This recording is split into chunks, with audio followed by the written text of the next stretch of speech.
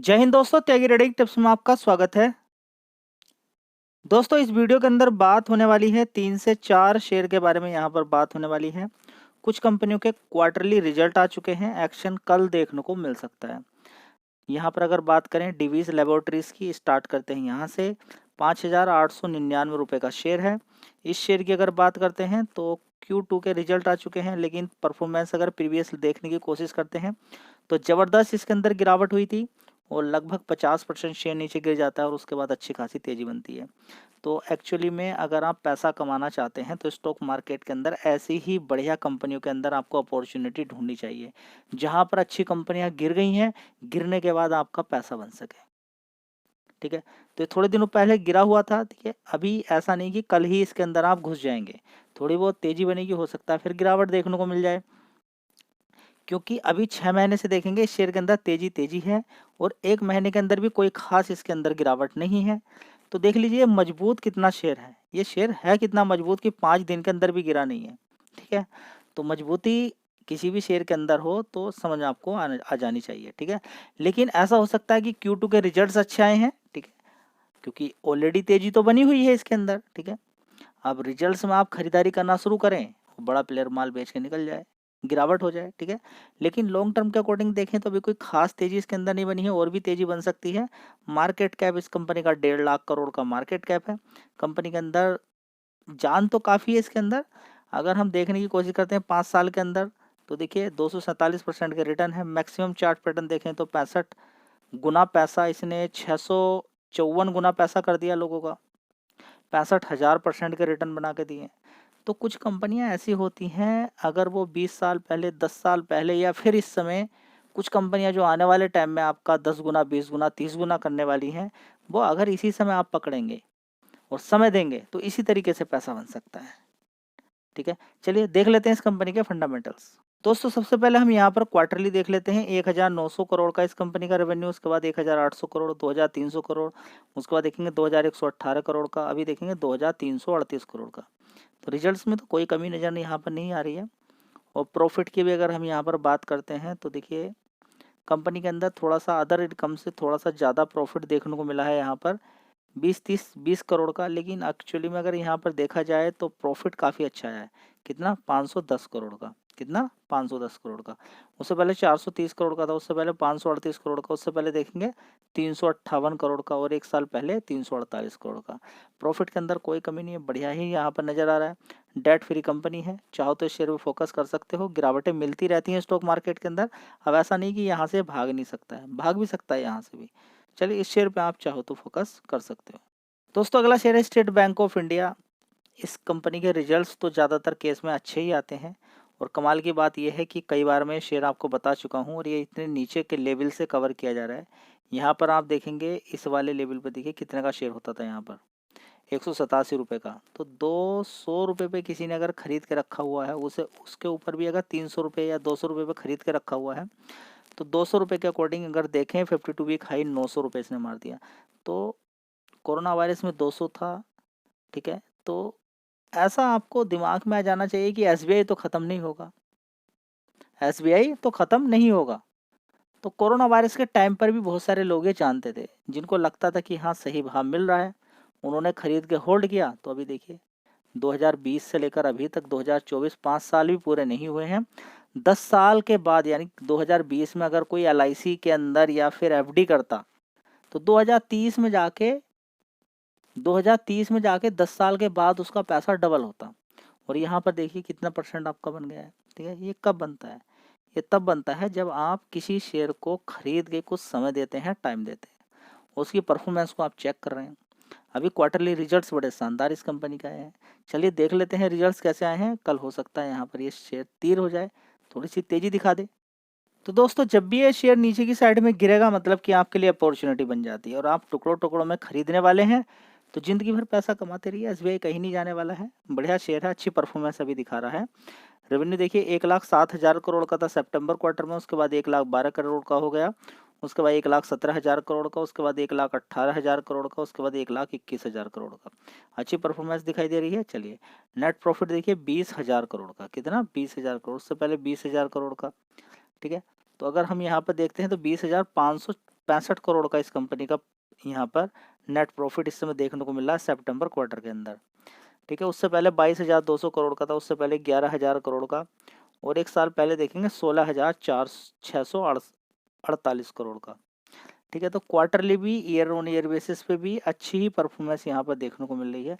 Performance में मुझे तो कोई खराबी नज़र नहीं आ रही है, बढ़िया ही परफॉर्मेंस है। चलिए दोस्तों, कमाल की बात यहाँ पर यह है कि अगर स्टैंड लोन के अंदर अगर हम देखते हैं तो देख लीजिए यहाँ पर कि कंपनी का ग्रोस एनपीए कितना था, 2.24%, कितना हो गया 2.21%, तो कमी है 0.57 से कितना हो गया 0.57। तो परफॉर्मेंस को हम अच्छा ही बोलेंगे, कोई ख़राब यहाँ पर परफॉर्मेंस दिखाई नहीं दे रही है। तो चाहो तो शेयर पर भी फोकस कर सकते हो, कल हो सकता है ये अपना जलवा दिखाता हुआ नजर आए। जैसे कि लास्ट में आपको 2 शेयर बैंकिंग के अंदर बताए थे, एचडीएफसी बैंक जिस दिन रिजल्ट्स आए उसके अगले दिन अच्छी परफॉर्मेंस दिखाई, उसके बाद भी परफॉर्मेंस अच्छी दिखाई। आईसीआईसी बैंक ने 2-3 दिन तक लगातार आपको अच्छा पैसा बना के दिया। ठीक है, तो सेम यहाँ पर भी ये शेयर आपको पैसा बनाकर दे सकता है। चलिए अगला शेयर देख लेते हैं दोस्तों। अगला शेयर है विजया डायग्नोस्टिक सेंटर लिमिटेड। इसकी बात करें तो सबसे पहले देखिए इसके अंदर भी गिरावट हुई थी स्टार्टिंग में, जब इसका आईपीओ आया था उसके बाद ही गिर गिर कर नीचे पहुंच जाता है। उसके बाद देखिए तेजी तेजी तेजी लगातार चल रही है। 11,000 करोड़ का मार्केट कैप कंपनी का है, 1,125 रुपये का भाव इसमें देखने को मिल रहा है। लो की बात करें 52 वीक लो 568 का था, तो पैसा जस्ट डबल यहाँ पर कर दिया है शेयर ने, बहुत अच्छी बात है। चलिए देख लेते हैं इस कंपनी के फंडामेंटल्स। तो दोस्तों अगर हम यहाँ पर देखते हैं विजय डायग्नोस्टिक के बारे में, सितंबर क्वार्टर एक साल पहले 139 करोड़ का रेवेन्यू आता था, उसके बाद 133 करोड़, 155, 156 और अभी देखेंगे 183 करोड़ का। परफॉर्मेंस काफ़ी सुपर यहाँ पर दिखाई दे रही है। चलिए ऑपरेटिंग प्रॉफिट भी देख लेते हैं यहाँ पर मार्जिन परसेंटेज के अकॉर्डिंग 42% का ऑपरेटिंग प्रॉफिट मार्जिन परसेंटेज, बहुत ही शानदार बात यहाँ पर निकल कर आ रही है। नेट प्रॉफिट की अगर बात करते हैं तो देख लीजिए यहाँ पर कितना है 34 करोड़ का, उसके बाद 26 करोड़, 34 करोड़, 32 करोड़ और 42 करोड़। मार्केट कैप कम है इसलिए शेयर से अच्छा खासा पैसा आपको बनाकर दे देते हैं। चलिए आप इस कंपनी पर कर्ज भी देख लेते हैं कितना है, तो 715 करोड़ का रिजर्व था इस कंपनी पर।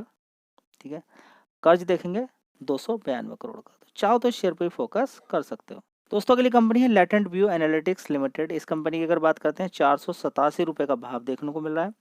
मार्केट कैप की बात करें इस कंपनी का 10,000 करोड़ का मार्केट कैप है। 52 वीक लो भी एक बार देख लीजिए ताकि एक आइडिया मिल जाए। 407, अभी कितना है 487। 5 साल का चार्ट पैटर्न अगर हम देखते हैं तो कोई खास अभी तेजी नहीं बनी है, नीचे ही गिरा हुआ शेयर है, धीरे धीरे भागने की कोशिश कर रहा है और फिर से गिरावट इसके अंदर देखने को मिल रही है। ठीक है, तो चाहो तो इस शेयर पर फोकस कर सकते हो, पैसा ये बना के आपको दे सकता है। एक बार इस कंपनी के फंडामेंटल देख लेते हैं दोस्तों। एक साल पहले इस कंपनी का रेवेन्यू कितना आता था 156 करोड़ का, उसके बाद दिसंबर क्वार्टर में 166 करोड़, उसके बाद 172 करोड़, 179 करोड़, अभी देखिए 209 करोड़ हो गया। तो लेटेंट व्यू पर भी आप नज़र फोकस बना सकते हैं। प्लस यहाँ पर देखेंगे ऑपरेटिंग प्रॉफिट मार्जिन परसेंटेज 22% का, बहुत अच्छी बात है। पिछले क्वार्टर में 21% का था और एक साल पहले 20% का था।